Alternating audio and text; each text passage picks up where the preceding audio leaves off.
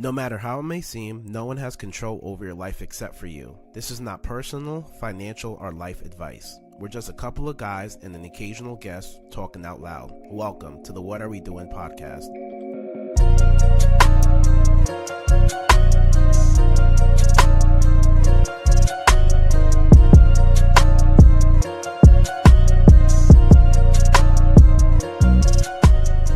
Yo, what's up everyone for take two?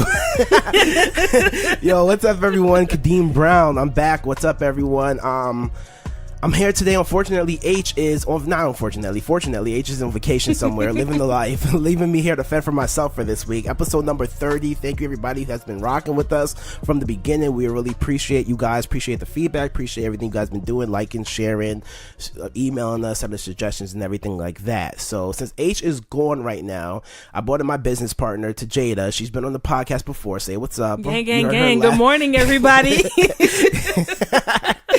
That's that Nork slang right there. Talking about gang, but yeah, what's up? How you been? I've been good. Good, yeah. All right, cool. So I got Tajada out here this week. Usually me and Tajada link up every month, every other month, just to go over. This is my business partner. We own the trading table together, so we go over like just business ideas or just life, trying to catch up, keeping each other accountable for different things. So it fell in the kind of perfect place ages away this week, so I just was able to bring her in, and we kind of just want to talk about everything that we probably normally would talk about when we link up. I was like, yo, let's just talk about on the podcast. And yeah, once she gets over being scared about being on the podcast, her heart jumping out her beat, then yeah, we're good. So yeah, so how's everything? How's your summer going? My summer is great. Okay. As you know, I just came back from vacation. How was your vacation? It was good. Where did you go? I went to Jamaica. Okay. Yeah. And how was Jamaica?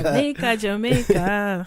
And how was Jamaica? It was good. It was really good. I got to spend some time with my mom and do touristy stuff. Okay. Dope. That's not bad at all. Yeah. So what have you been up to besides that? You've been trading and everything like that? How's that going? I've been trading still. I've been growing as a trader.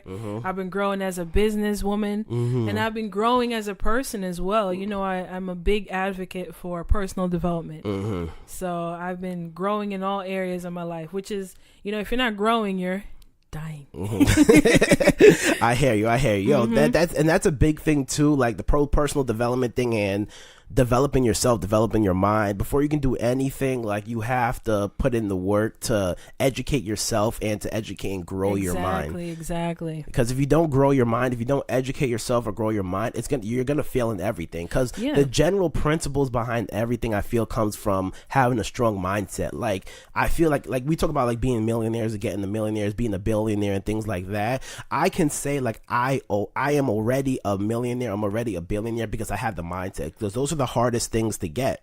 The mindset's the hardest thing to get before you get anything else. Before you actually get that money. That's why you hear people like, yo, if they give you $1 million, if you win the lottery, you're really gonna lose it. You're gonna lose it quick because your mind is not developed enough to get that type of money. So I feel like the biggest thing is developing your mind. Even with a lot of the guests that we had on in the past, even though a lot of them might not say it or talk about it or even realize they're doing it, a lot of them are practicing like the law of attraction, the law of all the different laws that there are out there. Exactly. And, you know, as my favorite mentor, Jim Rohn, would say, you know, he said, you best become a millionaire before you get $1 million.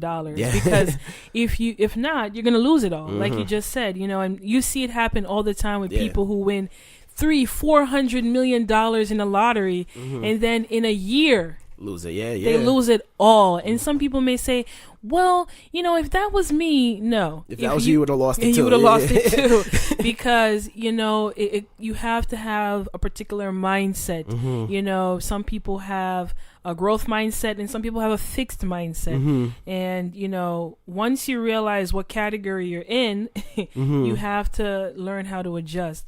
You know, before you become successful in anything, you have to grow. You have to learn, and you have to learn from those who are ahead of you. Yeah, it's so crazy because a lot of people ask me like, yo, how do you I'm trying to be successful on this, I'm trying to do that. Or some people, like a lot of the younger people, will say, I don't even know what I should be working on. I don't know what to work on. I don't know everybody's like, yo, just put in the work. Yo, but what to work on? Like I don't know what I want to do. So when am I putting in the work? And I always tell them, yo, you gotta develop yourself. Like, yo, when people are saying put in the work, I feel like they're relating to, yo, educate yourself. You don't have to be studying that like one thing like that's gonna make you a lot of money or make you reach happiness or anything like that. But keep growing yourself. Study past people. Personal development is huge, especially in our circle. Like personal development, that's what I feel like 80% of the stuff we talk about is personal development. The rest of the 20 stuff we talk about, that's actually like business ideas, actually making money and things like that. But 80% of our conversations, we'll talk hours and hours and hours just about personal development and never talk about any business. But when we do talk about business, we have so much personal development. We know how to structure our tasks. We know how to set our goals. We know how to attack things. All those stuff comes from personal development. So when we do have an idea, we can attack it and take action to it right away. So that's, I feel like that's a huge thing. But there's a couple of topics that we did want to talk about, so let's jump right into a lot of the stuff that we wanted to talk about. When we want to talk about like concentration, like focusing on your goals, focus. We're trying to like show you what we do, so hopefully that you can kind of learn what learn our practice that yourself, basically. Exactly.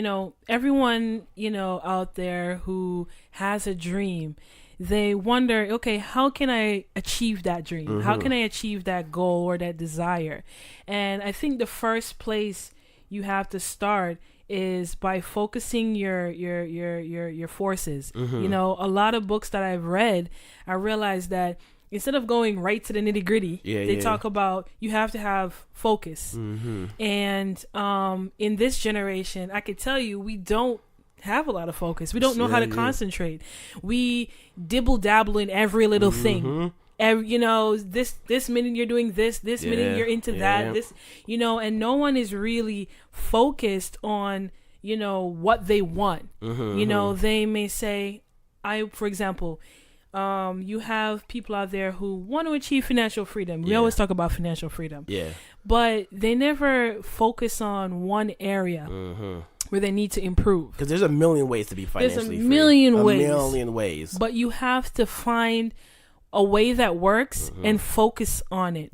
You can't be doing this 1 minute, that the next, just jumping from thing to thing, because then, you're never gonna, it's like you're chasing two rabbits. You're never gonna catch any.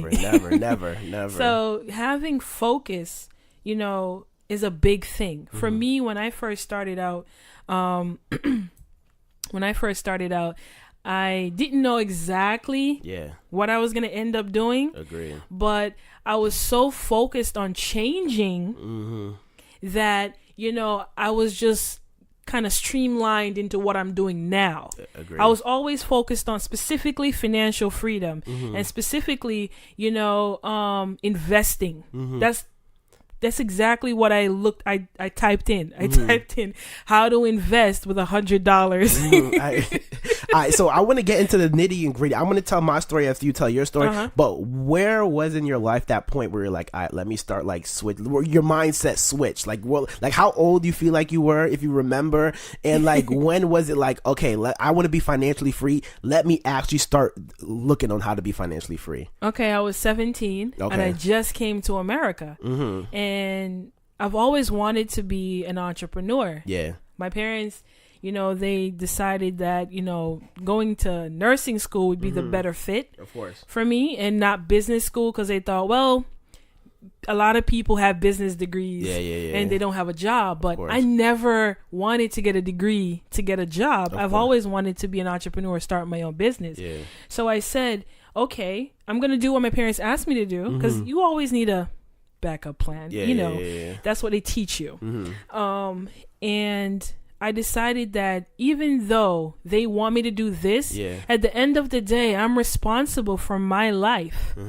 I'm the one who's going to be held accountable at the end of the day for the things I did or did not do. Agreed. So I decided I've just always been obsessed with the idea of something more. I saw the life that my parents and my parents' friends and stuff like that had. And a lot of them were in good jobs, but they didn't have much. They didn't have financial freedom. If a crisis were to happen, they would be running around like headless chickens. And I know this for a fact. So I decided that since I'm responsible for my life, I'm responsible for, the outcome of my future. I am responsible for my destiny. Yeah, yeah. A lot of people don't, but we're going to touch on that later.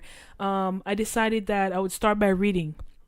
So I started reading books on how to become successful. I didn't know successful at what, but I just wanted to be successful. And I started watching documentaries on Warren Buffett, Steve Jobs, Bill Gates, those specific people, because they were at the time the wealthiest people in the world. And read an article that said, 1%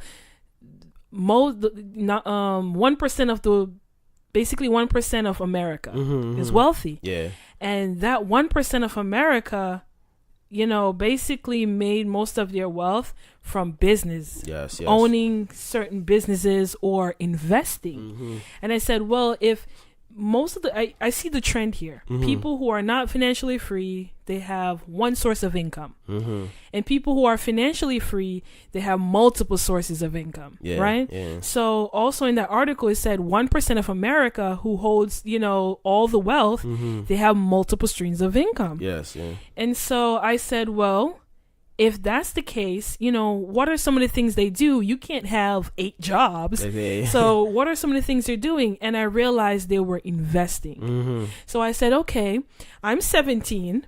How can I start investing? Where can I start? I have, I'm getting allowances, I'm getting an allowance every 2 weeks. What can I put my allowance towards? And so I looked up, again, like I said, investing. A lot of things came up. Penny stocks, the stock, regular stock market. All these things came up. And I said, well, I don't have enough money to invest in the stock market right now. What's something, that's easier to get into, but just as lucrative? And I learned about the foreign exchange market. And I said, well, if this can take me to where I want to be, where I want to go, if this can be the vehicle that takes me to where I want to go, let me try it. Some motivational speaker once said that if you see an opportunity, take the opportunity and ask questions later. So I decided that, okay, I'm going to learn about trading. I'm going to fully immerse myself into studying this area. I'm going to try and become good at it. I'm going to seek people in this area who are good and learn from them. And I'm going to make it work, right? And that's exactly what I did. And in the beginning, I didn't have money to pay for a course. I didn't have money to get a mentor. I didn't even have enough money to start my account. Even though they say you can start with $100, it's not that's not the reality of things. You can't really start with, you can, but it's going to be hard. And I took the hard road. I literally started my first account with $25 or whatever.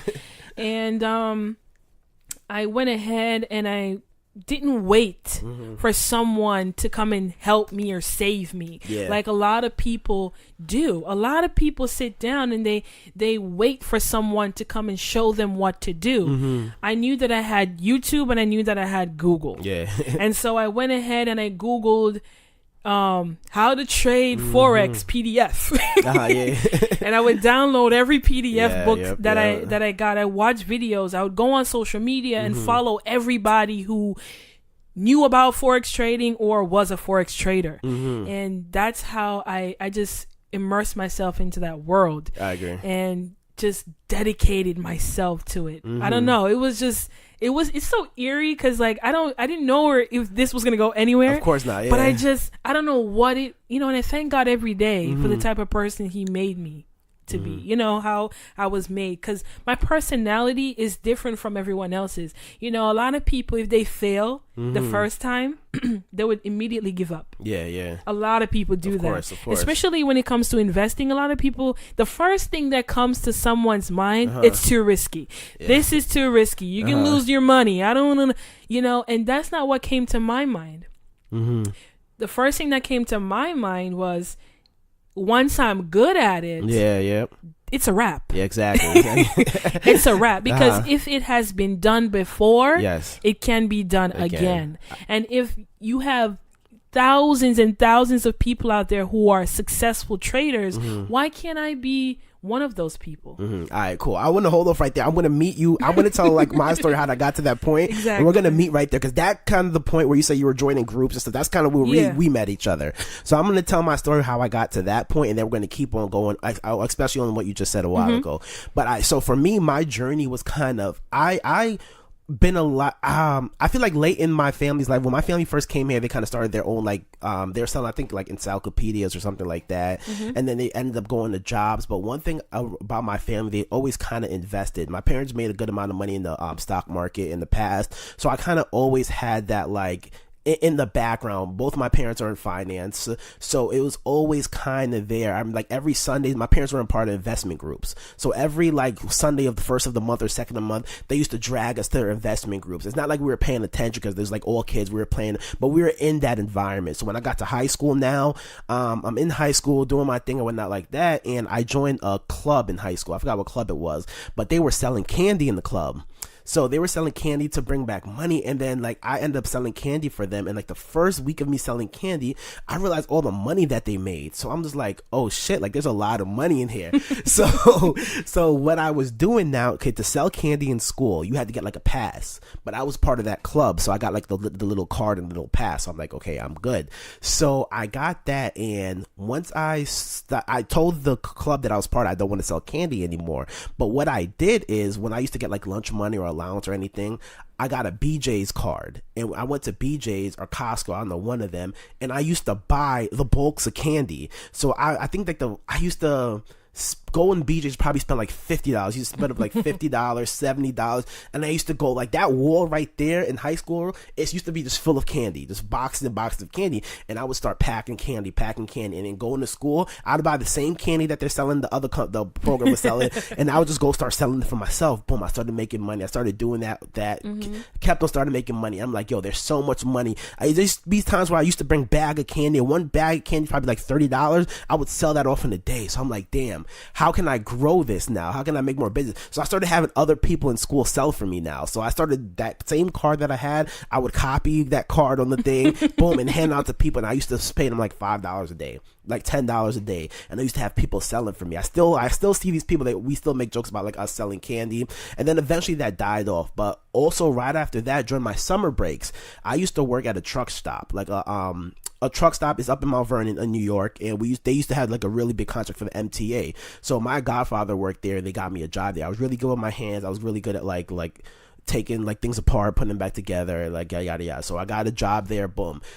When I got a job there, I'm 14 years old, 15 years old, and now I'm working full time around guys in their like 50s or guys around in their 40s. So I started hearing the problems that these guys are having. Like, yo, I have to pay this bill, I have to pay that bill, I'm about to retire soon, I can't retire, I have to do this, do that. So I started hearing grown people's problem that somebody at 14 is usually not surrounded, because during the summer you're out playing with your friends and things of that nature.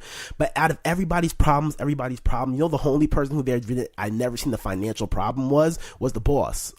He never had any issues. Like, I mean, I was at the bottom of the chain, so if they wanted like coffee or anything, they would go send me to do it. I was apprentice. Like they assistant, they ran me out everywhere. No matter, I was jumping around everything. So every time I worked with my boss, he was just like, boom, here's go get us coffee or something like that. Go get us donuts or something like that. So I used to have to go, boom, go. And he always used to just take money out of his pocket. Every time he reached in his pocket, came out, he used to have a big wad of cash. He used to pay me every single Friday. Every single Friday, I would have to go to his office after work and everything when I'm about to leave, and he would pay me. And then how would he would pay me? He would literally dig in his pocket, take out all the money out of his pocket, go through his hundreds, and just count up a couple of hundreds. Like, I got paid every week. I got paid something different. I guess it was the mood that he was in. So I always like watched his mood to see what kind of mood before I went to go ask him how much money it was, because even the good mood, he'll go through a couple more hundreds and give it to me. So that's how I got paid. And I saw that quick, like, yo, that's the only way that I feel like he's the only one that has a problem. Never had a problem living in Connecticut, a really, really nice house in Connecticut,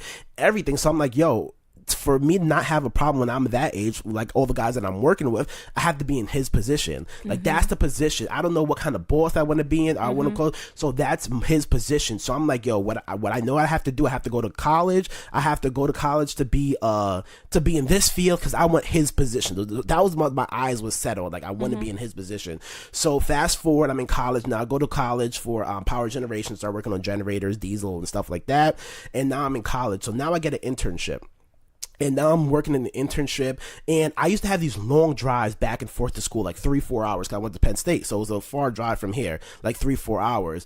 So during that time, I used to always just listen to music, and like I said, my family, I come from a quite, like, my entrepreneur family. They did real estate, they did stocks and everything like that. Then my dad used to always give me, like, audio books to listen to, like CD books, and I never listened to, like, I never, ever listened to them. And then one day I was driving, I was just tired of listening to like the radio, and I was like, you know what, let me just pop this in right here and just like let me give this a listen to it, because he always used to ask me, do you listen? I'm like, nah, I never listened to it. So I was like, let me pop this in and listen to it. It was The Richest Man in Babylon. So that's where they talk about like, yo, saving 10% of your income, doing this, doing that, doing this. And I'm like, oh yeah, this is where this started jogging my like mind for a second. So now I go So now I'm in college. I do an internship. I do the internship, and I work at a generator company on Long Island. It was good, but I saw the same thing that I saw when I was younger. All the employees are complaining about money, but my boss is driving the Maserati every day to work. So it was like, damn, I'm seeing the same trend. So after college, I graduate, and I'm thinking like, yo, the same company that I internship with, I end up getting a job there, and I'm thinking like, yo, the first month of working there, I'm just like, yo, this is not it. Like I'm not doing this for the next 40 years of my life. I need to find something else. So what was big around that time, a lot of people were still getting into real estate around that time, and I knew that real estate is the way to go if you want to create that like long-term generational wealth. So I started getting into real estate. I got my real estate license. I took so many courses on real estate, and then I got to the point where like it was like, what do I want to do? Like, do I want to continue this? And I started to see like, you want to be in real estate, but you don't want to be an agent. You want to be on the investor side. That's the spot that you want to be in. I quickly learned that, and I'm like, damn, how can I make money to get on the investor side? Because if you're an agent, you're just employed, you're in the same grind that you were in if you were working or anything like that. And it's so funny is that around there I'm looking for different ways to make money. How can I make money? And then I stumble across trading, and then I'm like, okay, let me start trading. Let me try to learn this as well, so I can invest and put money back into real estate. And like you were saying before, you only need $100, a couple $100 to start up. So I got into that, and the first thing I did, I took a course. And that course, I think that's where I met you during that first course. So that's where I met you, and that's where I started meeting other really like-minded people, my age group, people that I can actually grow with. And that's where it started really jogging, the whole personal development thing, reading books, like doing this, doing that. Shortly after that, I started to get trained. I started becoming like really, really immersed in trading, and it got to a point where I was working and training at the same time, and I was studying trading so much too, and work just got so overwhelming. And the more I traded and the more I like started making money in trading, the less I wanted to go to work and stuff like that. So one day I was speaking to my boss, we were joking around, I was in his office, and I was like, yo, when are you gonna let me drive your Maserati? And the thing he said to me, he said, I'll make you drive my Maserati once you sitting in my seat, basically. Like once you sit in my seat and you're in my position, you can drive the Maserati. And then that was click, like, yo, again, I gotta be a boss. Like I gotta be in his position. So literally like 2 months after that, boom, I quit that job and I started trading full time, or going hard and going at it. A lot of good times, a lot of bad times. So eventually I was trading. And when you're in trading, you're going to be successful. You're not going to be successful. Good things are going to happen. Bad things are going to happen. Boom. We blew accounts. So like a lot of accounts got blown. I made more money. I started driving Uber on the side to fund back in to keep getting education and everything like that. And I just kept on making it happen. And I started getting more successful. And then for me, in my mind, it's just like, yo, what is I need to take this to the next level. So I know finance is what I want to be. I know that's what I want to do, until the point that we got here now of me trading, of me like driving and everything like that, trying to make everything work together. I'm like, I need the capital so I can invest into trading, so I can use that money to invest in the real estate and other endeavors. And boom, that's where right now I'm working on getting like my Series 7, becoming a financial advisor and everything like that, so I can help myself and help everybody else with the same knowledge and share that same knowledge. So like, and that's where I said, that's where we kind of intersect intersected at that time when I started trading as well. And you made a great point before when you said, how do you start getting in these groups? How do you start meeting people, like-minded people? How do you find mentors? How do you find people that you can grow with? You work on yourself until you find your way, until you find what you want to do, and then eventually you guys will meet. And you'll start getting introduced with a lot of people. It's all about, again, like the topic we're talking about, focus. If you're focused on one thing, yes, you have that laser focused vision. You're going to meet people. With that you're gonna meet people who are like-minded. You're gonna be tossed in situations, circumstances, and so on that are in line with what you're focusing on, because that's what your brain is gonna notice. Exactly. You ever realize, like, for example, say you say, okay, I want to buy a CLA 250, car. Normally, you'd never see that car outside. But now that you say, okay, this is the car that I want, and you put it as your screensaver on your phone and on your computer. Now, when you step outside, your servo mechanism, your brain, something in your brain clicks, and now everywhere you go, on the highway, down the street, wherever it is you're going, you start seeing what? CLA 250s. You weren't seeing them before, but now that you have it in front of you, it's in your vision. Metamorphia, that's the name of it. That's the terminal term, metamorphia. That's when you start seeing, like, exactly. Yeah. So you start seeing it. So it's the same thing with your desire. A lot of people worry about how they're going to achieve their goal, and that doesn't matter. The how never matters. It's basically, you need to go ahead, focus on your desire, focus on what you need to do to, step by step to get there, and everything will fall into place. Yes. Like we were talking before, we had lunch before we came here.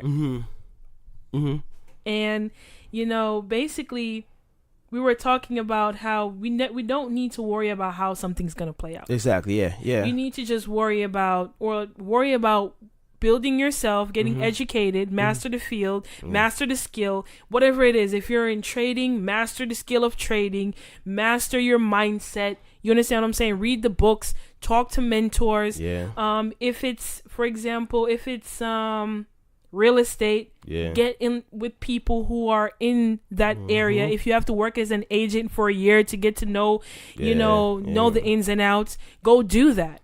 But you have to be focused. You have to have that laser focus, because focus is the difference between success and failure. A lot of people may say, oh, I want to be a trader, I want to be a successful trader, or I want to be a successful financial advisor, but they're not doing anything. They're not focused on it. They'll probably go on social media and see someone doing network marketing and say, well, I want to do this. I'm going to do network marketing. I want to be a financial advisor, but this dude is making a killing at network marketing. You're jumping around from thing to thing. You're dibble dabbling, and basically you're, as Tony Robbins would say, you're majoring in minor things. You need to stop, focusing on things that won't propel you to where you want to go. You have to pick that one thing. There's great a book called The One Thing. I was going to say, the great book. Choose that one thing and laser focus on that and one focus thing. on that one thing. Bill Gates, believe it or not, when I heard this story, I was like, it was just added confirmation. A week before he actually started Microsoft, he was in the he locked himself into a hotel room for an entire week, working on a business plan and what Microsoft was going to be, what he wanted it to be, his vision for Microsoft. And a lot of people are not willing to do that. I spent hours and hours and hours and hours and hours in my room for days, for months, working on my trading, working on becoming better, looking at what people were doing who were successful, looking at what they were focusing on and focused on that. I never sat there and said, well, I don't really know much about this trading. Let me go do something else. I never did that. I was laser focused on becoming better. Yes. And, a lot of people shy away from failure because they may feel ashamed that, I can't do it. I don't want to look bad. Listen, I want to look bad. Exactly. Yeah. You want to look bad. Uh-huh. What's his name? Epictetus? He's like a Greek philosopher. I can't pronounce his name. Forgive me. But he said that, basically don't try to look wise before you are. Never do that. Yeah. Because that's detrimental to your success. 100%. It is. So I would rather look stupid in front of my mentor than look like I know it all, because guess what? I give myself an opportunity to learn. So my advice to anyone out there is the advice that I took, and that's just basically being focused on the task at hand. All right, so how do you maintain your focus? So when you feel like you're focused, because it's maintaining focus is an ongoing process. So like you constantly have to regain focus because you might lose it. Do you feel like that happens to you or not really?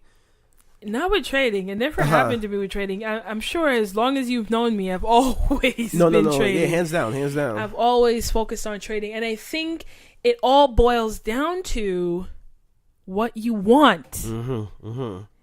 At the end of the day, it really does boil down to what you want. I agree. If you really want it, yes, that's where I was going right there. Yeah. If you really want it, you're gonna do whatever it takes. If you don't, I'm just gonna bring it up now. A lot of people are interested in something, but they're not committed to it. There's a difference between being committed to something and being just interested in it. You have a lot of people who come to me and say, I want to learn how to trade. I want to trade. I want to be a successful trader. Yada, yada, yada. I want financial freedom. They're interested in financial freedom, but they will not make the commitment to achieving financial freedom. They're not committed to endure the hardships that come with achieving financial freedom. And that's how I know I separate the people who really want it and people who don't want it. You can see their commitment level. I trade every week. I get up, I make sure I look at the charts, I make sure I do, even when I was failing, even at times when I was failing and I was losing a lot of money, I never gave up. I was discouraged, I was beat up, I got worn out, but I never lost my focus. And one thing I can tell you that really, I guess you would say, like you asked me, what kept me focused? I guess I can say, because I do a lot of personal development, I read a lot of books, I'm able to maintain my focus at the task at hand. And obviously the task at hand is constant and never-ending improvement. I always want to improve myself in my area or my field of choice, which is trading, which is investing. And so when I was failing, I looked at instead of saying, oh my God, this doesn't work, and give up and move to the next thing, I said to myself, well, this is not happening, as Ed Milet would say, this is not happening to me. This is happening for me. So why is this happening for me? Okay, I need to get better. And so I looked at the areas where I was weak in my trading, in my, whether it's, do I need to change my approach? Do I need to adjust my strategy a little bit? Do I need to make sure I'm getting enough sleep? Do I need to make sure that my mindset is on point? I just made sure that I was improving myself in areas that I knew I was weak in. And I knew that I was weak with my discipline, because if this has ever happened to anyone out there, just I don't know, can they like the can they just on SoundCloud? You can like specific spots. like specific spots. Well, leave a comment if this has ever happened to you. When you start getting good at something, you start getting comfortable. So there, at one point in my career, I started to become comfortable because I was making like $8,000 to $10,000 a week with trading, and Kadeem as my witness, and I would be so souped or excited. For my older folks, I want to make sure they can understand me. Nork slang, gotta get out of here. I would get so excited that, or it would boost my ego. Yeah. It would boost my ego to the point where I started to become comfortable. And so the work I would putting in the beginning, I kind of slacked a little bit. So while I would document every trade I would take, I started to document less and less, because I'm like, well, I'm taking the same trades. I don't need to document it. And certain things I started to do less and less, and I paid the price. I started to fail with my trading. My discipline declined, and so did my success. My focus declined. Not really that I lost focus on trading specifically, but I stopped focusing on the things that got me there. Yeah, exactly. Which, again, boil down to the habits that you build. So I had developed good habits, but then once I started becoming successful, some of those habits I started to change a little bit with some of the things that I did, and I had to improve in those areas. And I knew that one of my weakest point is discipline. Yeah. And so I've been working on my discipline for the past couple of months, and I can tell you I've been consistent with my trading now, and I've been getting better and better. Yeah. And for anyone out there it doesn't matter what you're doing. It doesn't matter if you're in school studying to be a doctor, a nurse, a lawyer, or you're you're an entrepreneur who's, in real estate or internet marketing, or it doesn't matter what you're in. You need to be self-aware. That's something you need to be self-aware. If you know that you really want to become a doctor, and you know that, well, for you, it may take you an extra hour or two to understand a concept. Agreed. Put in that extra hour or two. Be self-aware. Know who you are. Yeah. And because I knew who I was, and I fixed the problems that I was having personally, on a personal level, I knew that my discipline was lacking. My ego was getting into the way. My pride was getting into the way. Because I knew that, I was able to change. But for you to create lasting change in your life, you have to be self-aware. First, you got to recognize where you are. And be honest with yourself. When you're jumping into self-awareness and everything, you hit a point where you were like, yo, you got to put in the extra hour. I always tell people, yo, I'm not the smartest person in the world. I'm not that A student. I'm not that B student. I'm legit C, D, and F student. That is me right there. But what did I do? I put in that extra time. I had to, for me, the reason why I feel like my worth ethic is so crazy right now, and I feel like I can outwork everybody, because I've been having to outwork everybody forever, since I was in high school, since I went to college. Like Nick, my roommate, he'll see me studying just to get that C, just to get that B, just to get that D. Like, I'll study my ass off just to be quote unquote what people consider average. So now that I'm out of school and I'm actually working on building myself, building my brand, I have that same work ethic, because I know I need to work as hard as possible. And that'll take me I know it's going to take me so far, because now I'm seeing, I have to outwork. It doesn't matter if I fail here and there. And in the beginning of like everything, I started reading a lot of entrepreneur books, like Relentless, right? Like Tony Robinson's book. That's where I started. A lot of personal development books. Now I'm reading a lot of stories, like Charlamagne the God's book, DJ Khaled's book. Like, I'm starting to read a lot of people on personal stories, because I'm starting to see that, everybody goes through their struggles. Everybody has those struggles. Everybody, has to try and try and try. We live in the world now, like, we only see highlights of people's life. We only see the successful people. All the successful people that we see now are like, we pay attention to now. They had to put in the work. They had to put in so much work that we don't get to see. So I like to listen to a lot of interviews that people have to tell their life stories. I like to read a lot of books on people's stories, and that keeps me confident and keeps me going, like, all right, so when stuff are not going my way, like, it's not going to go your way all the time. You're going to have a lot more down times and up times.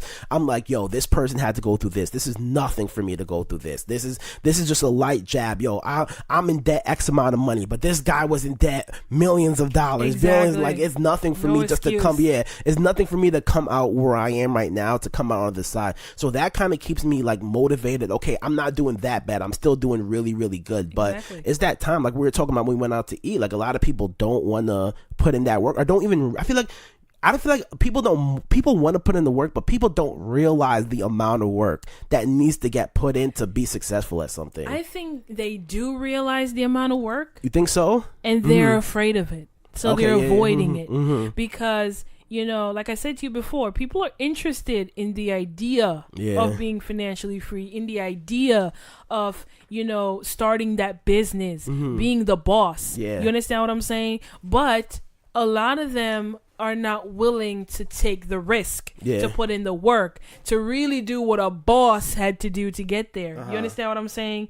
So, it all boils down to what you want. Like I tell people all the time, like, you have to really, really want it. Exactly. I was reading this thing on Instagram. This millionaire was like, oh, someone said, yo, I want to be like you one day. And he was like, are you sure? And the dude was like, yeah, I want to be like you one day. And he's like, yo, I was broke for 7 years. Are you sure you want to be like me? Because what I did to get where I am today, what I went through was hell, the guy said.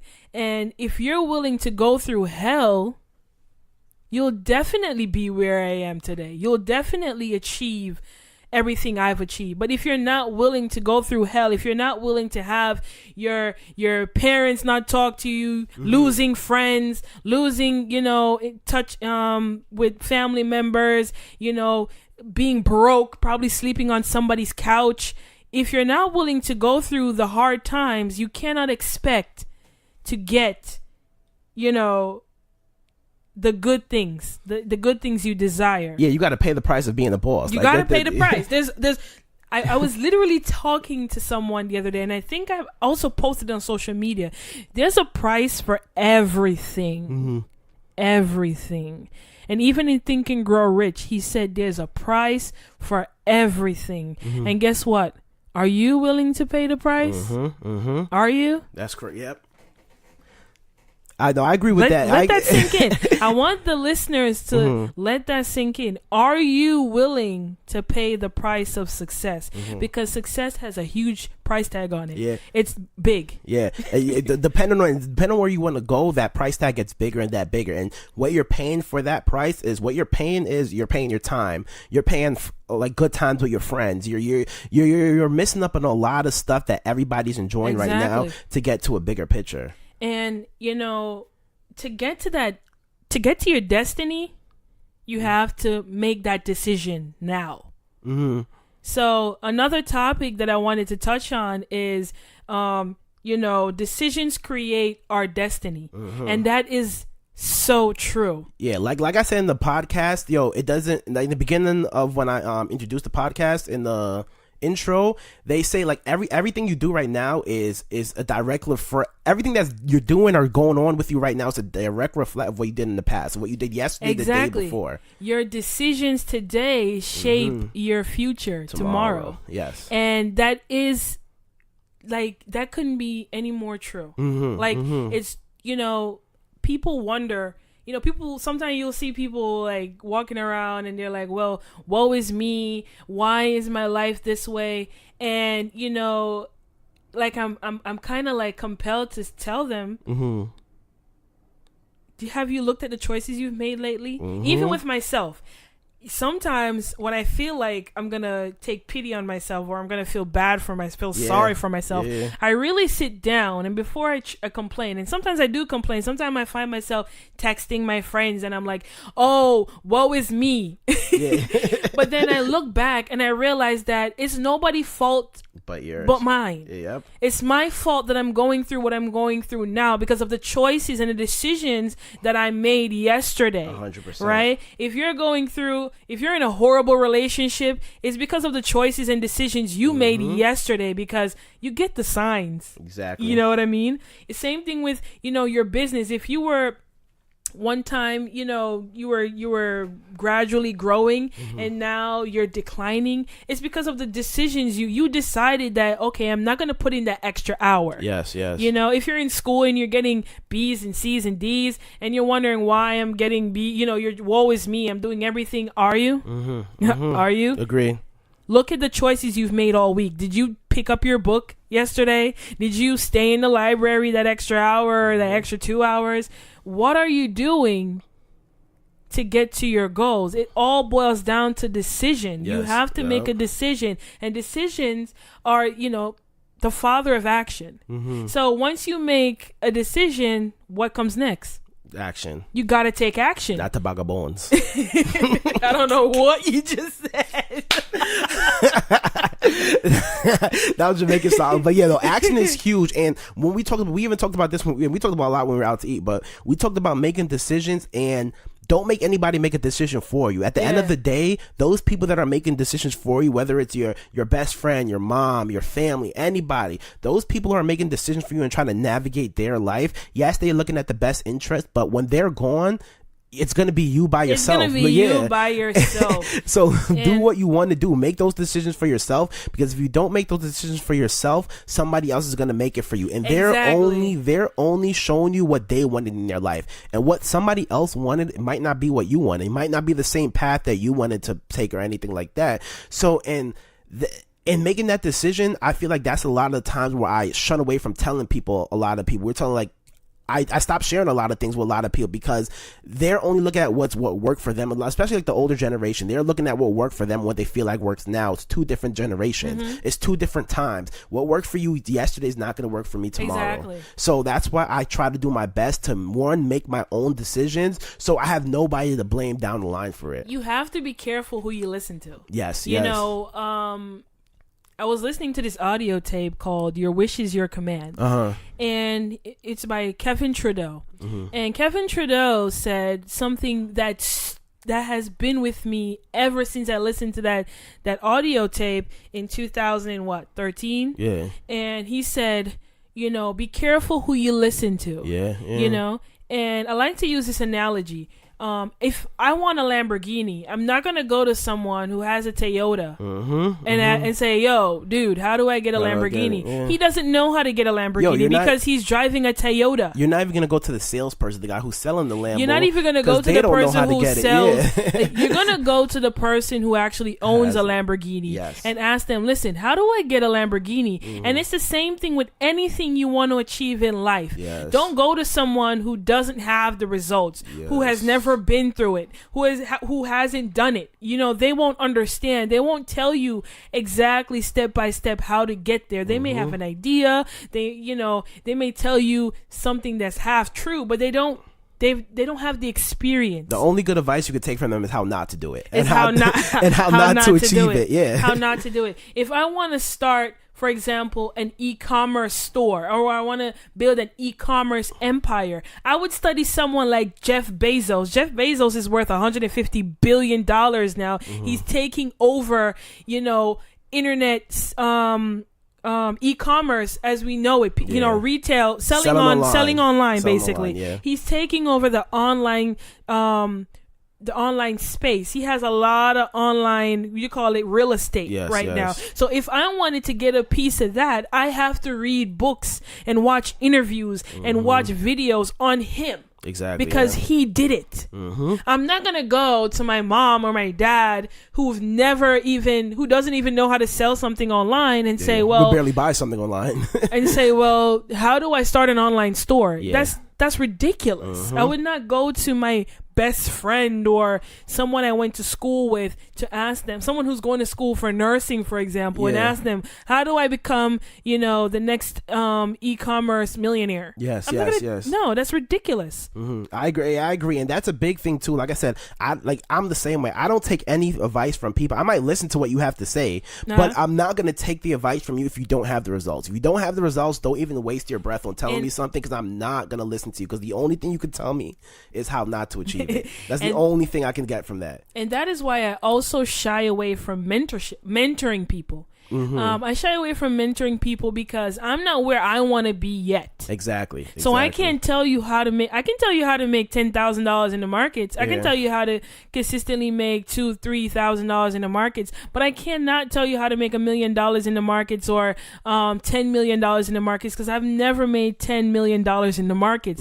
So until I have gotten to that place, I can't mentor you. And a lot of people I notice out there, people seek advice from people who they may be in that space, but they're not masters. Exactly. You have to go seek the masters. So when people come to me for help with trading, that is why I always direct them to some video, a book or something, because I am not the person to mentor you. Yes, I'm doing well for myself. Yes, I am. Thank you. But I'm not doing that great where I can now teach you. I'm still learning. I'm still growing. Agree. You understand what I'm saying? I'm not a master. Agree. When I have fully mastered it, and I have achieved my ultimate goal as a trader, then I'll go ahead and teach you. Yeah, I think on this the last podcast that we had you on, you kind of said it best. A lot of people even come to me the same thing, and I always refer them to a book. It's not I always refer them to a video. I always try to refer them somewhere else, because like you said, I'm not the person. I'm still working on myself. Exactly. I'm still growing this so hard. And a lot of people, how do I get there? How do I find a mentor? The only way you're going to find somebody like that to teach you, we talked about, I don't want to get into deep in it, by educating yourself. Have something to offer somebody else. That's the only something to offer somebody else, or at least become someone who's pleasant to have a conversation with. If you can hold a conversation with someone, you can definitely get information from them. Exactly. You understand what I'm saying? So it all boils down to how bad you want it. I wanted it so bad that I stalked this guy, who's he's still not fully my mentor. Like, he's like, listen, you're a weird girl. I don't know if I want to get too, caught up with you. But I stalked this dude. He's a millionaire trader. I ended up finding his private social media pages. I followed every single one of them, and I messaged him every day. And I was like, hi, my name is Tajada. I want to become a Forex trader just like you. I want to be great. I want to be a master. And I just I didn't wait for him to respond to me. I realized that he wasn't responding, so I kept educating myself, and I would come to him and say, listen, I took this trade because of XYZ.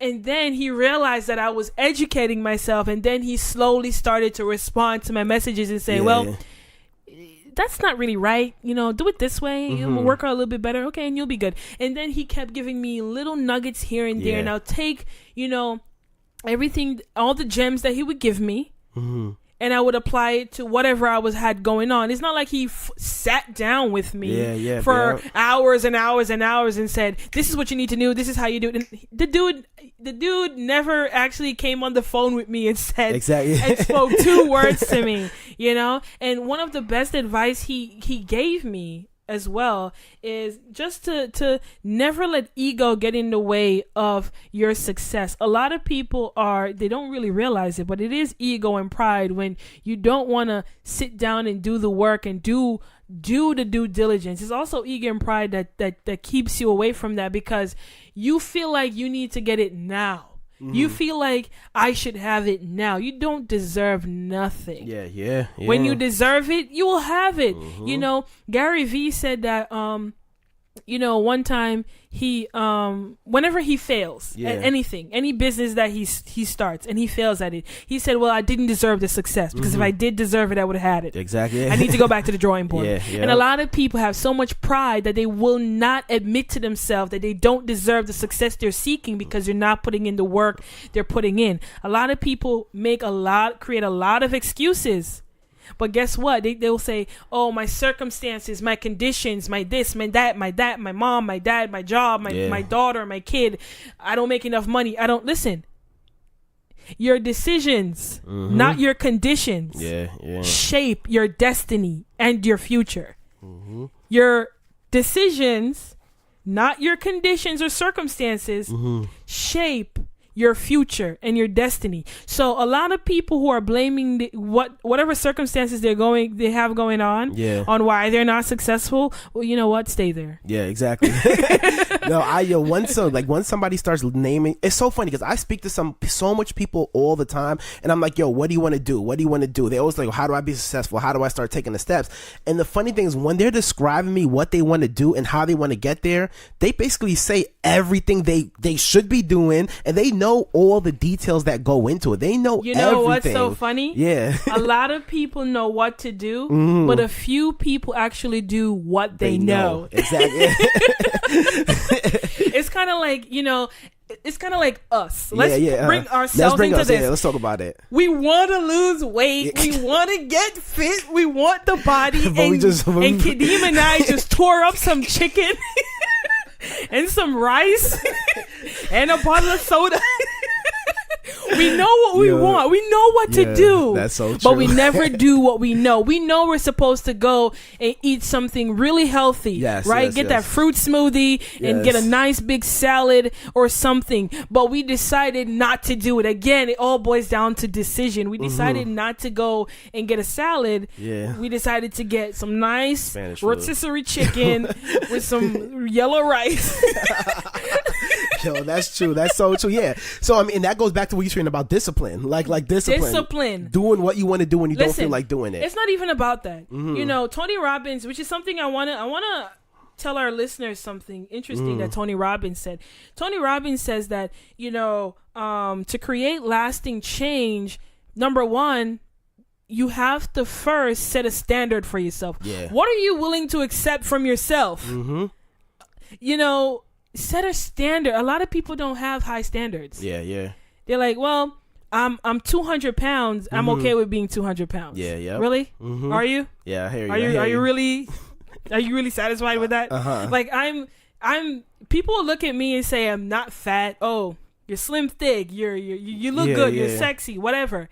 But I know within myself that this is not the weight I'm supposed to be. Exactly. Yeah. My standard for myself is way higher, and I know I'm not there. And so I'm not satisfied. Yes. And the thing about that, too, is once you start checking off those lists, like, I'm not satisfied, let me change it. And then once you accomplish those changes, it'll start getting so much easier. Everything will start clicking. Oh, exactly. I just knocked that out the park. Then I can do this. Oh, I just knocked this. Yo, I can do that. That's why when you set those high expectations and when you finally check it off, it's like, oh shit, exactly. I just did that. Now let me start getting to the next things. And once you start getting to the next thing, you're going to be introduced with a lot more opportunities. A lot more people are going to come in your circle. And it's going to be like, yo, to the next level, And before you know it, you're at that ultimate level of quote unquote success, whatever you think that is. And you're living that life that you want to live. But you have to attack those hard conversations, those hard tasks, waking up when you don't feel like doing it. Like going to the gym when you don't feel, not eating like you said when you don't.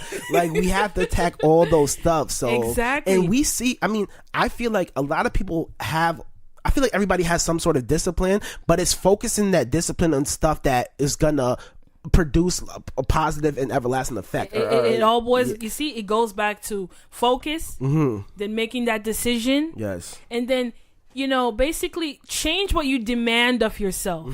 For me, you know, I always talk to Kadeem about becoming a vegan. I know what my body needs to flourish. I know what my body needs to be healthy, right? So change what you demand from yourself. Like, you need to stop, you know, settling for, like, I'll tell myself, I need to stop settling for eating, you know, Chinese food or, you know, McDonald's or something like that. I need to change my standards. You know, this food is not good for me.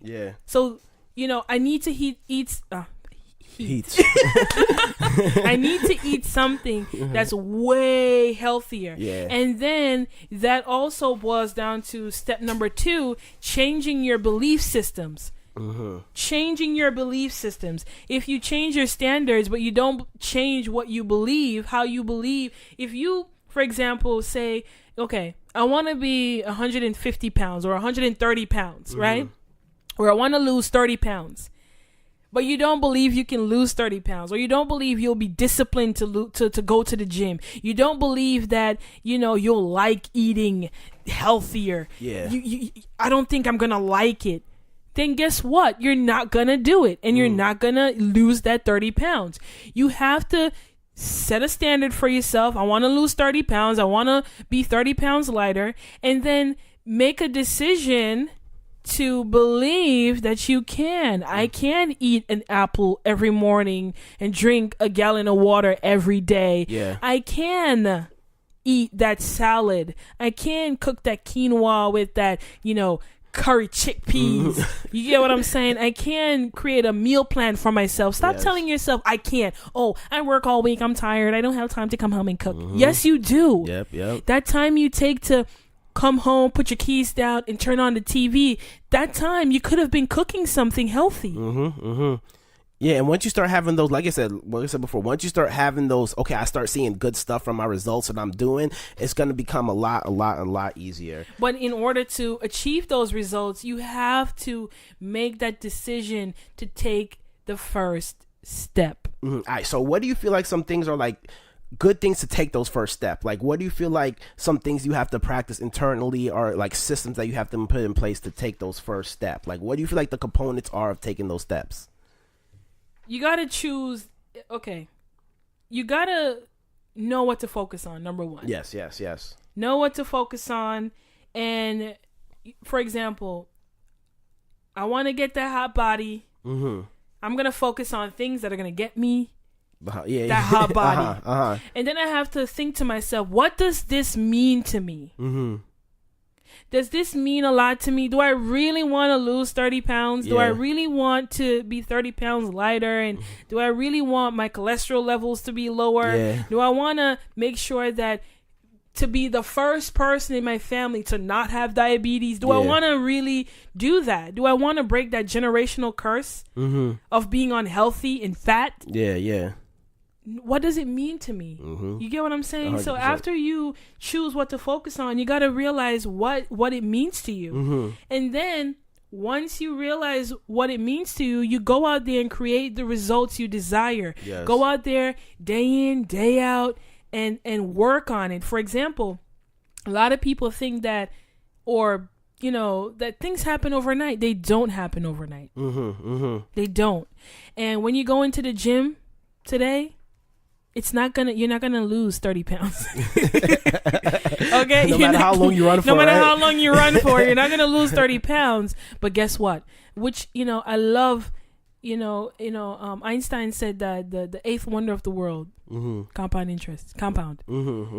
Listen, if you work out every day, yes, for the next 6 months, you will lose 30 pounds. Exactly, yeah. Every day you work out, you're compounding. It's like you're building. It's like you're building a foundation or something. It's like It's like building a house. Yes.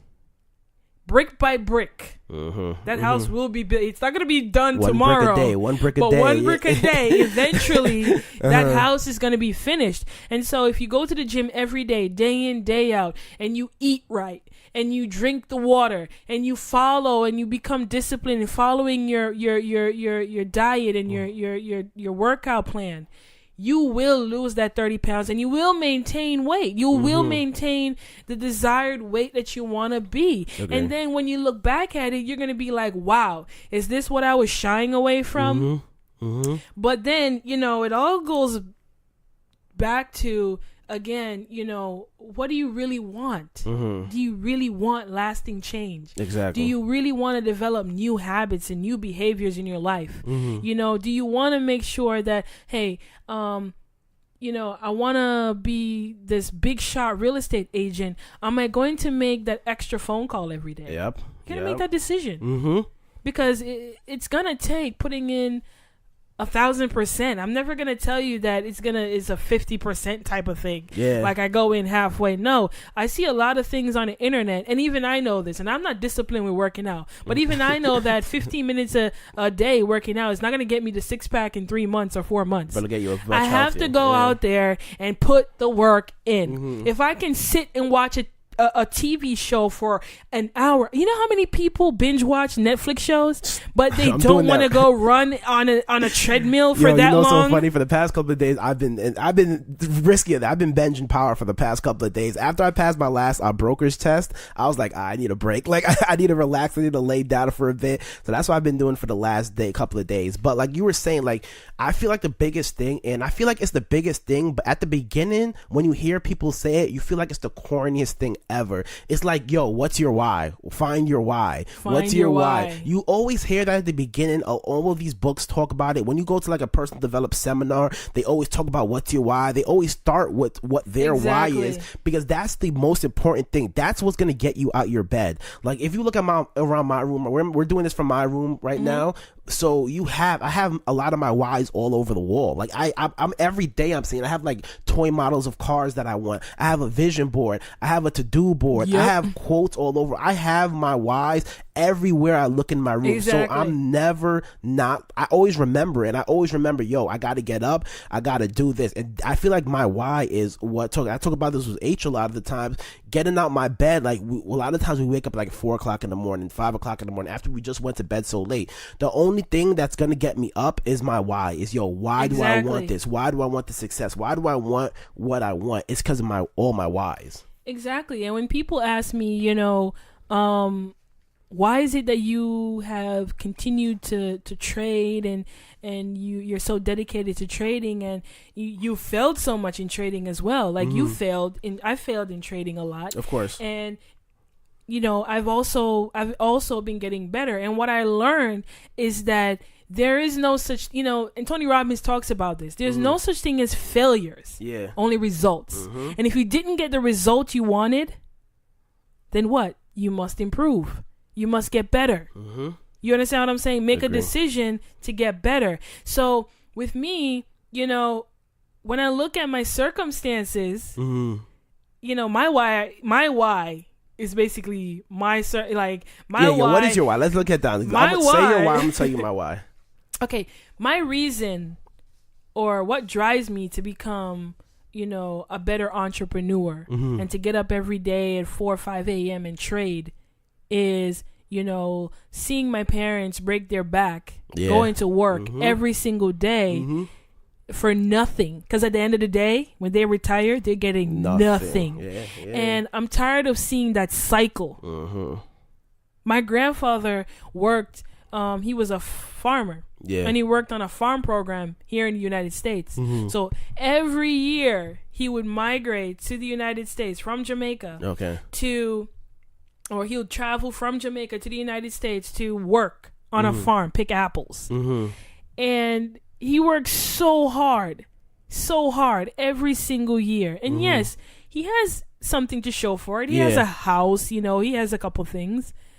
But, he didn't get paid enough for all that hard work that he put in. Yeah, exactly. And at the end of the day, he's going to have to depend on, his children to take care of him when he retired, or now that he's retired. Yes, he has some money to take care of himself, but if there's a crisis, we have to step in. Of course. So I want to break that. For me, and not that I hold it, if my parents are listening to this, I don't hold it against you that you didn't leave a legacy for me. But, I read the Bible, sometimes, and one of the things a trend that I see in the Bible is that a lot of those characters, the men in the Bible, they left generational wealth and a legacy for their family. Like back in those days, their legacy was like they left 10 cows, 15 goats, and a big farm. You were wealthy back then when you had that stuff. Exactly. And, I realized that no one is working towards leaving a legacy or generational wealth. They're working for themselves to pay the bills. They're working for now. They're working for now. Yeah. But they're not working for the future. I want when I die, my family is still good. Exactly. That's the vision that I have. My why is the future legacy that's before me right now. The Bible says, without vision, the people shall perish. Like, listen, I want my name to live on. Yeah. Yes, I may not be a man. Men, you pass on your name. Yeah. Pass on. I was talking to my friend Shanielle yesterday, and I said, I don't know what's with these men nowadays, but it's like they... you do pass on your name, but you don't want to leave a mark. You don't want someone to say, for example, Kadeem Brown. Yeah. You'll be remembered for generations to come. It's funny. I was talking to H about this the other day. That's all we have is our name. At the end of the day, that's all we have. So we got to protect that, and we have to make the right decisions. That you said 20 years after we die, 100 years after we die, they still remember us as that person. But think about it. When you look at the wealthy families of our time. Yeah. When you really look at it, their wealth didn't start today. No. When you look at Johnson & Johnson, that was a company that was started generations ago. Called old money. And it's still, I was watching this documentary from one of the guys who he's a Johnson. Yeah. And his great-great-great-grandfather was the one who started the company, the Johnson whatever company. And he inherited on his 18th birthday. Remember, his great grandfather died years ago, and he inherited $500 million on his 18th birthday. That's all his to do whatever he pleases. And he was also perplexed by it. He was confused. He was like, how is it? I never worked a day in my life, and I suddenly have $500 million. It's a blessing and a curse. But let me say this. How many of you who are listening today can say that if you die tomorrow, your children will be okay? And if you don't have children, for those of you who are single, or just don't have children, how many of you can say if your parents need something tomorrow that's going to require you to pay hundreds of thousands of dollars? How many of you can say you good for it? I'm good for it. Exactly. I can pay for it. My mom's good. I can pay for her hospital bills. I can pay this. Listen, I'm not out here trying to tell anyone what to do. But really look into yourself. If tomorrow your boss decides that I don't want you anymore, I'm good. I'm cutting the budget, and you're not a part of it. I always tell people if the numbers don't add up, you're getting fired at work. So what are you going to do? If you're for those of you who love to talk about, go ahead. For those of you who love to talk about, I'm in a field that's how would you say it? It's untouchable. It's secure. Yeah, I'm in a secure field. I'm in a secure field. Okay, if you're a nurse and you lose your license tomorrow, because you made a mistake, which happens every day, by the way. Of course, you're practicing. What are you gonna do? What are you going to do? What?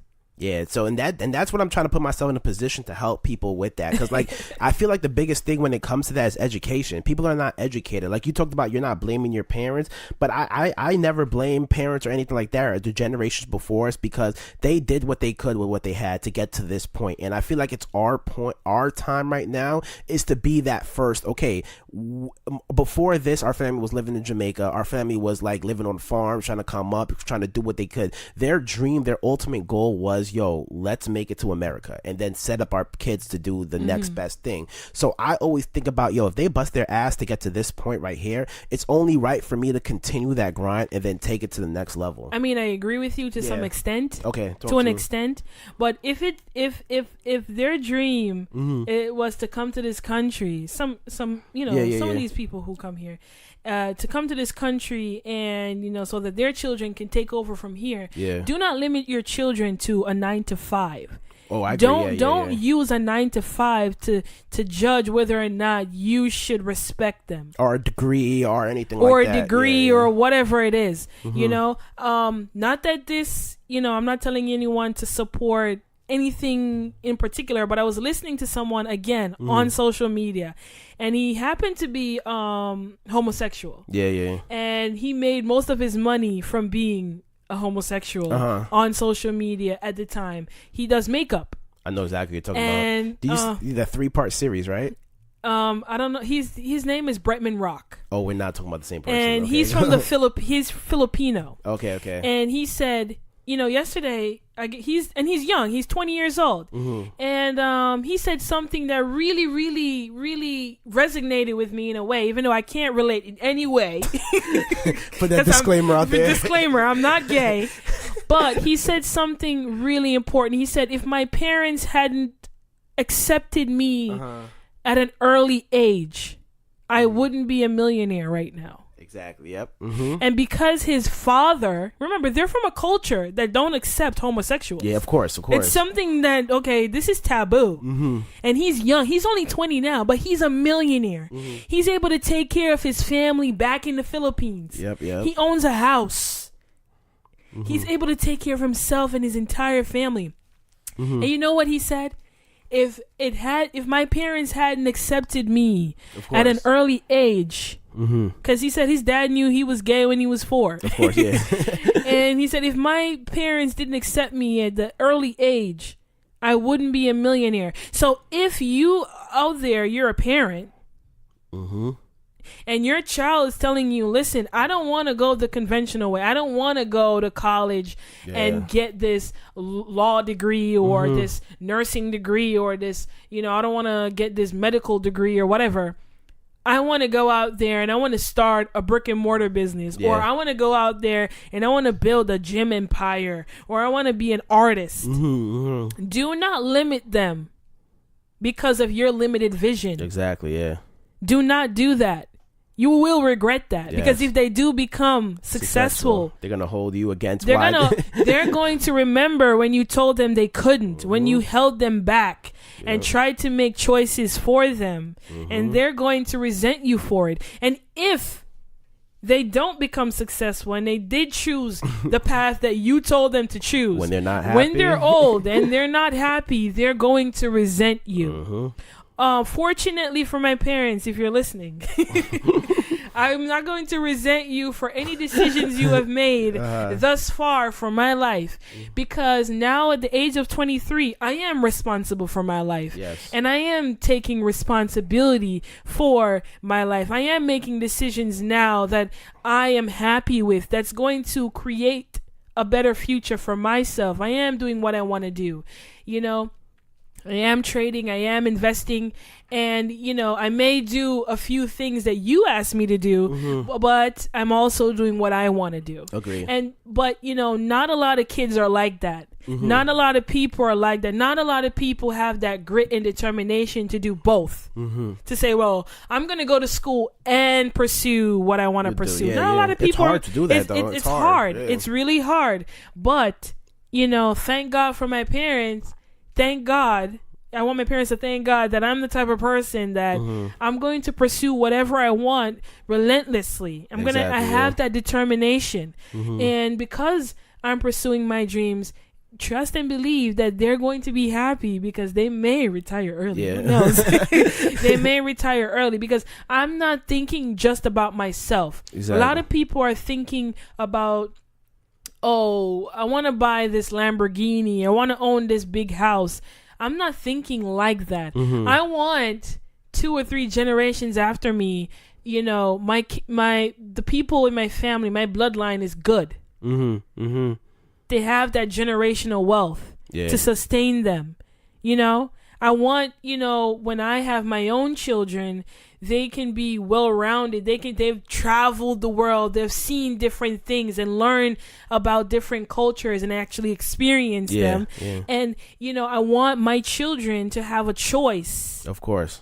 A lot of times when you see people don't, they say they don't have a choice, it's also because of money. Their parents weren't able to, help them go to school so they can become that doctor or that lawyer, for those who want that. Sometimes it's because of the lack of money and resources that a lot of people don't end up doing what they wanted to do. So I want it to stop with me. It has to stop with me. Agree. Michael Jackson's song, I'm starting with the man in the mirror. It really, really, really is true. If you want something, you can't sit and blame the past. The past is set in stone. It's already written. The past is already written. Right? So I can't sit here and say, oh, I'm going to blame my parents for not allowing me to do the blah, blah, blah, blah, blah. Right? Yeah. They didn't know better. They didn't know about financial literacy, so they didn't teach me financial literacy. They didn't teach me how to go out there and make millions and millions of dollars, because they didn't know how to do it. Exactly. And what I see too is, if I feel like, whether it's your parents, whether it's your friend, whether it's your family, if somebody can tell you something that stops you from pursuing your dream or discourages you from you didn't want it. Because if you really wanted it, there's nothing, like you were saying before, I have a list of people that said, yo, why are you quitting your job? You should go back to school. You should do this. You should do that. You should do that. All not successful people, but all are people who could not talk me out of what I'm doing right now. And if I had listened to those people in the past, I wouldn't be in the great position I am right now to be where I'm at and to be on the journey and be on the path of that ultimate level of success. Exactly. I have people all the time come to me and say to me, you know, you're gonna like being a nurse. Yeah. Nurses make a lot of money, and in my head, I'm like, shoot me now. Yeah. And you know, I can't hold them. You know, I can't hold it against them. Of course not, because that's all they know, and that's all they know. Yes. They don't know any better, and because I know better, I just smile and wave. That's it. Smile and wave. I just agree. Yeah. You know, what's that movie with Jackie Chan and that black dude? Rush Hour. Is it Rush Hour? Rush Hour. Yeah. What's the guy's name? Chris Tucker. Chris Tucker, you know, asked Jackie Chan, like, yo, how are you so cool? Yeah. You know, you're so cool. It's this quote I saw. And he's like, I don't argue with people. Mm-hmm. I just agree with them. Yeah. And he said, well, I don't agree with you. I don't think that's wise. And he's like, I agree with you. Yeah. You get it? So, you know, nowadays when people approach me about nursing school or getting a degree, when are you finishing school? I indulge in the conversation. I indulge them. Of course. Yeah, I am going to finish school. I am going to become a nurse. I indulge them. Exactly. But at the end of the day, I already know what I'm going to do. And what I'm going to do has nothing to do with them. Yeah, and it doesn't matter. Like, it doesn't matter what they think or say. Yes. It's not going to change. It's not going to, whatever you think is not going to put money in my bank account. Exactly. What you think is not going to help my parents retire. You know what I mean?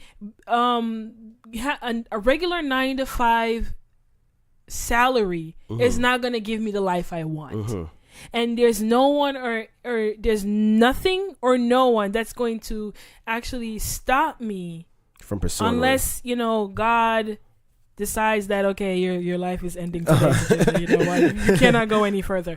But unless God intervenes and says, listen, this is not for you, I'm going to continue to pursue the legacy that I'm after. I want to create a legacy for my family. Agree. I really do. And, you know, if you can clearly decide what you want and let nothing stand in your way of getting it, you will have it. You will. Look at everyone out there who is successful. They went through hell to get there. People told them, you're never going to amount to anything. You're never going to get it. Everybody's heard that. Yeah, everybody's heard that. Jeff Bezos said that when he had he was a financial advisor on Wall Street. And he decided he was going to start a bookstore called Amazon. And he's going to quit his job. And his coworkers looked at him and they were like, are you crazy? Yeah. And another thing, back to parents. He said, and this also resonated with me. He said, if I didn't have parents who loved me and supported me no matter what I did, I wouldn't have created Amazon. Because when he quit his job, his parents gave their blessings.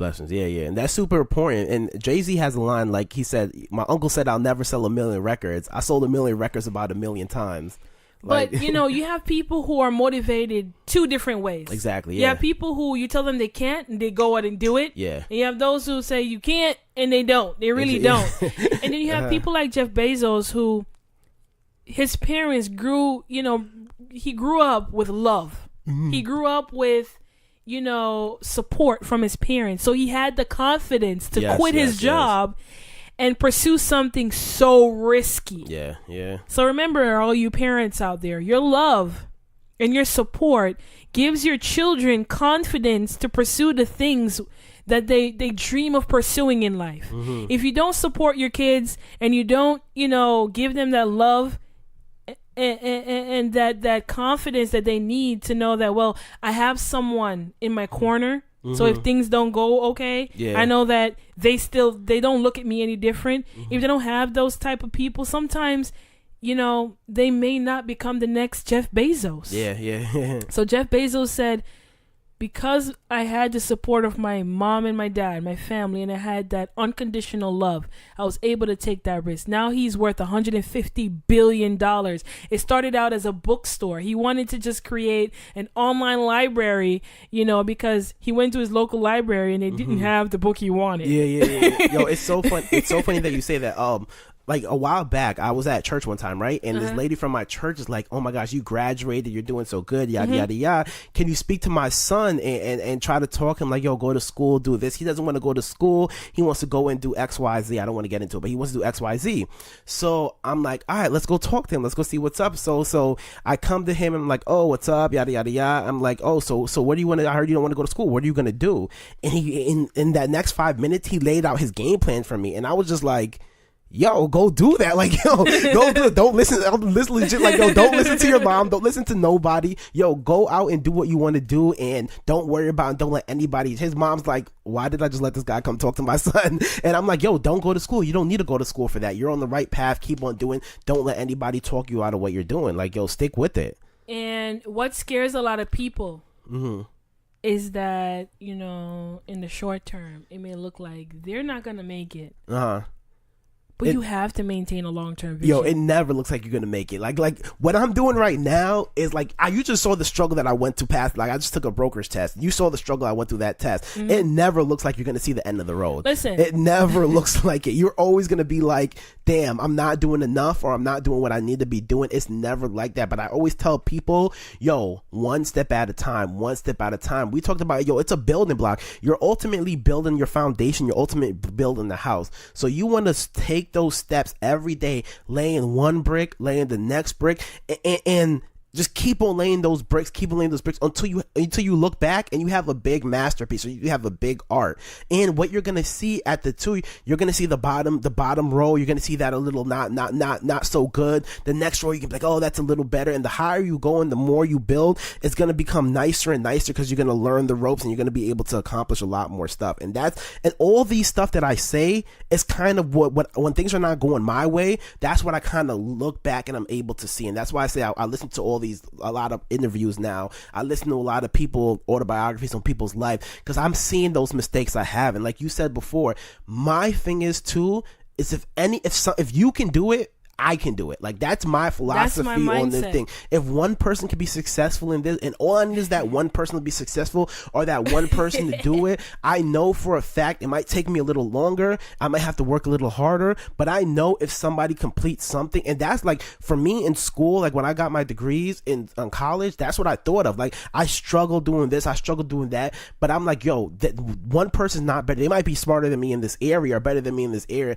but I know if you can accomplish something, that leaves me open to accomplish something. Listen, you know, story of my life. Story of my life. You know, even I remember one time when, you know, I had the smallest account out of all of us in the group, trading account, and y'all didn't think, because it's a fact, y'all did not think that I could grow that small ass account, and I grew that account to thousands and thousands and thousands of dollars. You know, and at first when you start out, especially sometimes when you start out smaller than everybody else, it may seem like it's going to take you forever to get where they are.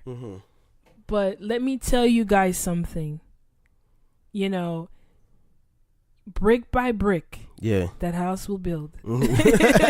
Hands down. Brick by brick. I told you, I showed up every day. Every day I showed up and I traded and I looked at the markets and I analyzed the markets, and day out, day in, day out, I did what I had to do. And I reached I remember I set a goal for myself one summer for 20K. I made that. I actually exceeded my goals when everybody else doubted me, because I started out with a little bit of money. A lot of people thought that anything less than, because I started with less than $100. Anything with less than $100, you're not going to make a lot of money from it. It's a gamble. But I did it. And the reason why I had the confidence to do it is because I saw someone do it before me. Exactly, yeah. And because, you know, I saw someone who's now a millionaire and he did it, and he actually made a video showing how he did it. And I watched it. He sent me the video and he said, this is how you grow small money. And when I watched the video and I saw how he did it, I said, of course it's not impossible. And it's all about, again, your belief systems. What you believe to be true, you know, you always get. What you choose to focus on, you always get that. You always. And because I chose to focus on results, I chose to focus on making it, I chose to focus on success, I chose to tell myself that I would be successful no matter what. I persist until I succeed, and I did. I did. You understand what I'm saying? And now I'm still, on the journey. I'm still growing. I'm going to reach my goal. And I'm still telling myself, persist until you succeed. You may have moments where you stumble, where you fall. But because you have built a strong foundation, you're not going to fall all the way. As Kadeem told me once, you're not going to fall all the way to the bottom. You're going to fall to the next point where you were. That's it. And that's if you build a strong foundation. And because I educated myself, like I keep saying, and because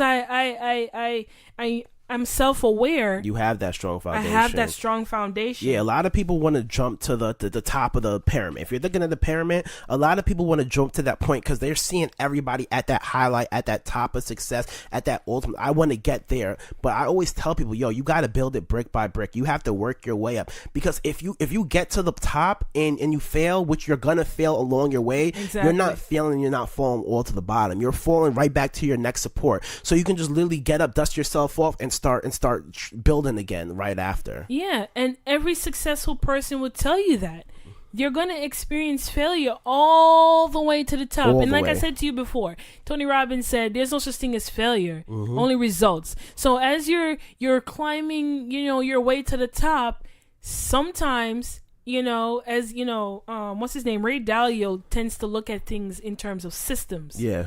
And so on your way to the top, you may realize that this doesn't work. This doesn't work. I didn't get the result I wanted. So you have to change the equation now, because you're at a different level now. So now that you're at this level, you can't do what you did before, when you were, what you did to make $20, that effort you put in, you got to put in 10 times more now to make the $1 million. Hands down. You understand what I'm saying? It's going to take a different type of effort. Yeah. You understand what I'm saying? It's not gonna take that. Yes, in the beginning stages, you had the passion. Yeah. You had that passion, the motivation, that drive, that fire. You were excited, but as the years go by, that fire is fizzling. It's fizzling, and you're losing that motivation, because motivation is like a shower. Yeah. And you're losing that motivation. That passion is slowly dwindling. You're passionate about it, but the same passion you had in the beginning is not the same. You don't have the same excitement. But guess what? That's when you have to put in most of the work. Yep. And you can listen to people like, Floyd Mayweather. His passion is boxing. He loves the sport of boxing. But the same drive and passion he had in the beginning of his career was not the same passion and drive that he had in the end. And you could see it. He even said, I don't want to do this for the rest of my life. I don't want to continue to do it. It's hard. It's really hard. It's like climbing. You're pushing a boulder up a hill right now. But guess what? He still put in the work until, he was ready to retire. He put in the work, but he had to what? He had to work even harder. Exactly. Because guess what? He was now older than his opponents. He was slower. Yep. He was, he wasn't as powerful as some of his opponents. So he had to work twice as hard, if not 3 times as hard as they did. And now, he's the best. No one doesn't really want to admit it, but he is the best at what he does. He's the best at boxing, in my opinion, or the best business person. But Kadeem, I want to ask you something. What do you think is the force that shapes people's lives? The force that shapes people's life, as in, elaborate on that question, as in what? Like, what do you think controls us as people? Just off the top of your head, What controls us as people is the things around us. You think the things around us? What about our emotional state? I feel like your emotional state is directly affected with the things and people around you. Your environment. Exactly. So if you're in a good environment, you're not going to, but your probability of you being good or being a product of that environment, it's so much more. So the things that you surround yourself with, the things that you read, what you look on the internet, the people that you surround yourself, that's what shapes you. That's what shapes your mindset. That's when we talk about reading. That's when we talk about watching interviews, listening to positive things, having the right circle of influence. Those are the things that are shaping you every day to be an ultimate better person. You're a product of your environment, as they said. Well, while that is true, interestingly enough, Tony Robbins said the force that is controlling you even now and for the rest of your life is pain and pleasure. Yes. What do you think about that? Yeah, I mean, they talk about instincts. Like when you're scared, you have two. You have fight or flight. So that's one thing. You're either gonna fight there, you're gonna flight there. And what was these? You said pain or what? Or pleasure. Pain or pleasure. Yeah, and those are another two things that run your life. It's either you're gonna have pain from something and that's probably going to push you away, or you're going to have pleasure for something and it's going to be like, yo, okay, I want to keep doing this. And that's what he said everything you and I do, we either do it out of our need to avoid pain or our desire to gain pleasure. So when a lot of people ask me, again, in addition to what I've said before, why is it that you're still pursuing entrepreneurship? Why is it that you're still trading? Why is it that you're still doing what you're doing? Because in my mind, there's a pleasurable outcome. I associate pleasure with my desire. I, would rather endure the pain of today easily to enjoy the pleasures of tomorrow. And a lot of people don't want to do that. Kadeem and I were discussing this on our way here, and I was saying we live in a microwave generation. It's like you put a popcorn in the microwave and it's instant. It's instant. Or it's instant cup noodle. You throw some hot water in and it's instantly cooked. But guess what? The things that are worthwhile take a long time to get. It's going to take a lot of blood, sweat, and tears to get it. But when you get it, it's much sweeter. It is. Than if you had got it instantly. Way more rewarding. Yeah, way more rewarding. Think of the time. I want you, those who are listening, to think of a time. Think back, dig deep. To a time when you basically, did something, worked hard on something. And achieved your ultimate goal with that thing. How did you feel? Exactly, yeah. How did you feel? Great. You felt good. Great. And you appreciated it more. Of course, yeah. The things that my parents bought for me, I think I appreciate more when I buy for myself because I had to work for it. Of course, hands down. Your parents buy you that pair of shoes. You outside kicking a football with it. You're not thinking about how hard your parents work for it. But if you had to save your allowance and you were hungry all the week. You keep them in the box. You don't throw away the box. You don't throw away the box. You cherish it more. You appreciate it more. It's the same thing with success, with wealth, with financial freedom. If you just get it from winning the lottery, you're not going to appreciate it more, which is why a lot of people win the lottery lose their money. Of course, yeah. After a couple of years. But if you had to put in the blood, sweat, and tears, it wasn't easy. And you made those millions, you're going to cherish it. You're going to be grateful for every moment. Every time you wake up and you look outside and you see the ocean, you're like, thank God. Which is why I love DJ Khaled. He's so grateful. Yeah. So grateful. Yeah, you got to show gratitude. It's once you get there and you start reaping the benefits, you have to be grateful of what you have, and you have to continue showing grateful that the universe keeps putting stuff back in your direction. So one thing, that I've learned to do, and I'm still doing, is learning to associate pain with the things and the behaviors that I don't want. Yes. And to associate pleasure with the things that I do want. And you know why a lot of you guys have that extra 30 pounds sitting on you? Is because you associate pleasure to eating the pizza and pain to running on the treadmill. You know why a lot of you are not making the extra $100 or the extra $1,000 a month? It's because you associate pain with actually saving towards investing and pleasure towards spending that money on a new, sneakers or that new watch or to go to the movie or eat out. Kadeem and I were just discussing how we're gonna start saving our money, the money that we would use to eat out at restaurants. We would give to those bosses that own the restaurants. We're gonna use that money. We're gonna save those $20, $30s, and $40 that we spend every week on food.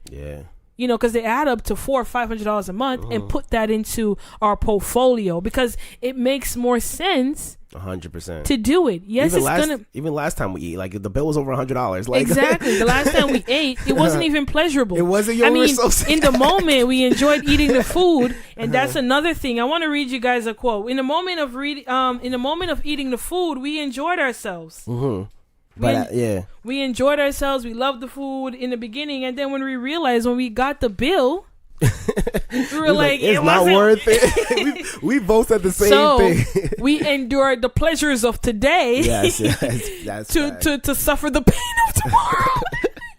The opposite. So here's this quote. It says, "I conceive that pleasures are to be avoided if greater pains be the consequence, and pains to be coveted that will terminate in greater pleasure." So basically, he's saying, if it's going to cause me pain later, I need to avoid it. Yeah. So if I know that if I spend $100 at Red Lobster, sorry Red Lobster, and I realize that the food wasn't even good for me, health-wise, I need to avoid that. Exactly. I need to avoid, if I know that if I'm going to buy Chinese food later on this afternoon, and when I buy that Chinese food, I'm going to feel sluggish and lethargic and tired. That's painful. Exactly. Yeah, I enjoy eating it, but it's painful. So we need to start associating pain with the behaviors that we don't want. Yes. We don't want to be lazy. We don't want to be someone who procrastinates. We don't want to be that person who's always late to meetings. We don't want to be that person who is not, people can't count on. We don't want those behaviors or bad habits. But we want to be on time. Exactly, yeah. So associate pleasure with being on time. Associate pleasure with doing your work well. No matter what it is you're doing, even if you're a janitor, clean that floor well. Yeah, take pride in everything you do. Take pride in what you do, because you never know who's watching. Exactly. You never know who's watching. So associate pleasure with that. If you're at the gym, for every push-up you do, be proud of yourself. Yeah. Because with every push-up, you're one step closer to your dream body. If you're staying up late hours studying for your exam, with every hour that you study, you're just one step closer to that A. Yes. Kadeem, you want to become a financial advisor. With every hour you put into studying for your Series 7, you're one step closer to that corner office. Yes. For those of you out there and you want financial freedom, every step you take towards, creating, or every time you make better financial decisions, every time you put more money in your savings, or you put money into an investment, or you know what I mean? You do something that's going to propel you closer to your desire of financial freedom, guess what? You're going to be there. You're going to achieve it. It's going to take time. We all know that. No, I agree. I agree with you 100%. You're going to get time. It's going to take time. But guess what? If you waste time, you can't get it back. Never. But if you use your time, when that time comes, you're going to reap the rewards. Another thing I want to tell you guys is that there's a season to sow and there's a season to reap. But you cannot do both in the same season. Impossible. So if you're out there and you're struggling to achieve success, this is your season of sowing. It's your season of sowing. Let that sink in. If you're out there and you're putting in the hours and you're not seeing the results, it is your season of sowing. Yep. It is not happening to you. It is happening for you so you can grow and get better. Continue to make a conscious decision to work on your goals, to become better. And trust me, when the season of reaping comes, your harvest will be big. It will be big. I hear you. No, I want to leave it on that right there. We are an hour and 40 minutes in. So we've been talking. This is generally how me and Tajada conversation goes. Like, this is how we talk on a day-to-day basis, or when we do find the time to catch up with each other. So this is like a glimpse, and this is what me and H like wanted to do at the beginning. It's just like show you how we talk, how me and H talk, how me and other people talk on a regular basis and everything like that. So I really appreciate you guys if you guys made it this far. And like, if you wanted to reach out to Jada, where can they find you? You can find me on Instagram at Tajada Coley, and you can find me on Facebook at Tajada Coley. Boom. And I'll leave that in the description below. So if they want to reach out to you, if they want to talk to you, boom, they can always do that too. So yeah, I appreciate you can always follow me at Way Too Irrational as well. You can follow H at Hansome Kelly _. You can follow us on our Instagram page at What Are We Doing PC. And if you have any topics, any guests, anything you want us to discuss, anything you want us to talk about, you can always email us at whatarewedoing@gmail.com. What are we doing PC at gmail.com. So yeah, I know that will be linked in the description. Like I said, we appreciate you guys for listening every single week. We're at episode number 30. We're going for 1 year of every week putting out. We're trying to be as consistent as possible. The feedback we've been getting is great. The growth we've been getting is great. So as long as you guys keep giving us positive feedback, we're going to keep doing it. It'll make us make it worth my while. So we appreciate it. And I just want to leave one more thing with you. Yeah, you have to leave a quote. Yeah. Our past guest has been always leaving a quote, so you got to leave a quote. I'll leave a quote with you, and basically the quote is, "It is your decisions, not your conditions, that create your destiny." Boom. Peace, guys.